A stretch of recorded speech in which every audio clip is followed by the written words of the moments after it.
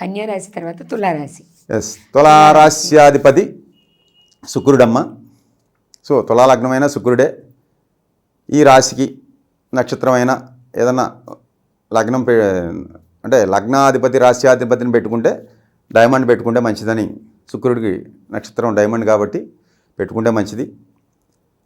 So రెండోది, వీళ్ళకి శుక్రగ్రహం యొక్క ప్రభావం, ఆ లగ్నం యొక్క ప్రభావం కొంత వీళ్ళ మీద ఉంటుంది. ఆ ఆలోచనలు, ఆ నడవడిక, ఇవన్నీ కూడా జనరల్గా తులాలగ్నంలో కానీ తులారాశిలో జన్మించిన వారు కరెక్ట్గా ఉంటారు, తూకం వేసినట్టు.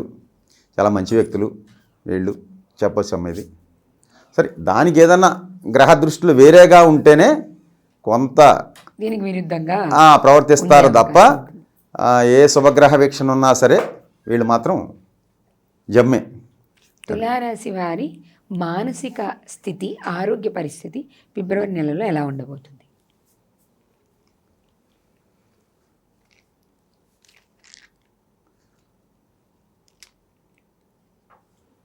తులారాశి వారి ఆరోగ్య పరిస్థితి బాగుంటుందమ్మా. మానసిక పరిస్థితే కొంత బాగోదు. కొంచెం వీళ్ళు మెడిటేషన్ చేసుకోవడం అనేది ఉత్తమమైంది. జపం కానీ ధ్యానం కానీ ఏదైనా మెడిటేషన్ చేసుకుంటే మానసికమైన ఇబ్బందులు తొలగిపోయి కొంత ప్రశాంతమైన జీవితాన్ని పొందే అవకాశాలు ఉన్నాయి. తులారాశిలో జన్మించిన వారికి ఫిబ్రవరిలో రాజకీయ రంగంలో ఉన్నవాళ్ళు ఎలా ఉన్నారు? ఇంకా సినిమా రంగంలో ఉన్న వాళ్ళ పరిస్థితి ఎలా ఉండబోతుంది? తులారాశిలో జన్మించిన వారికి రాజకీయ రంగంగా బాగుంది, సినిమా రంగం కూడా బాగానే ఉంది. ఉద్యోగ అభివృద్ధి కానీ వ్యాపార అభివృద్ధి?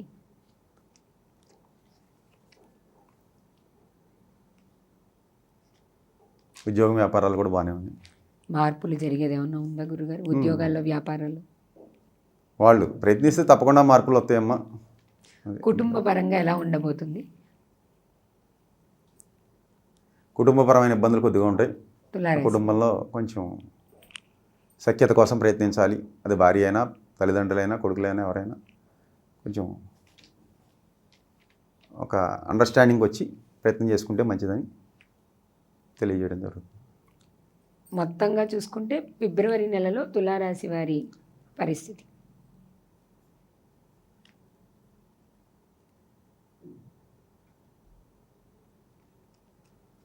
మొత్తంగా ఓవరాల్గా బాగానే ఉందమ్మా.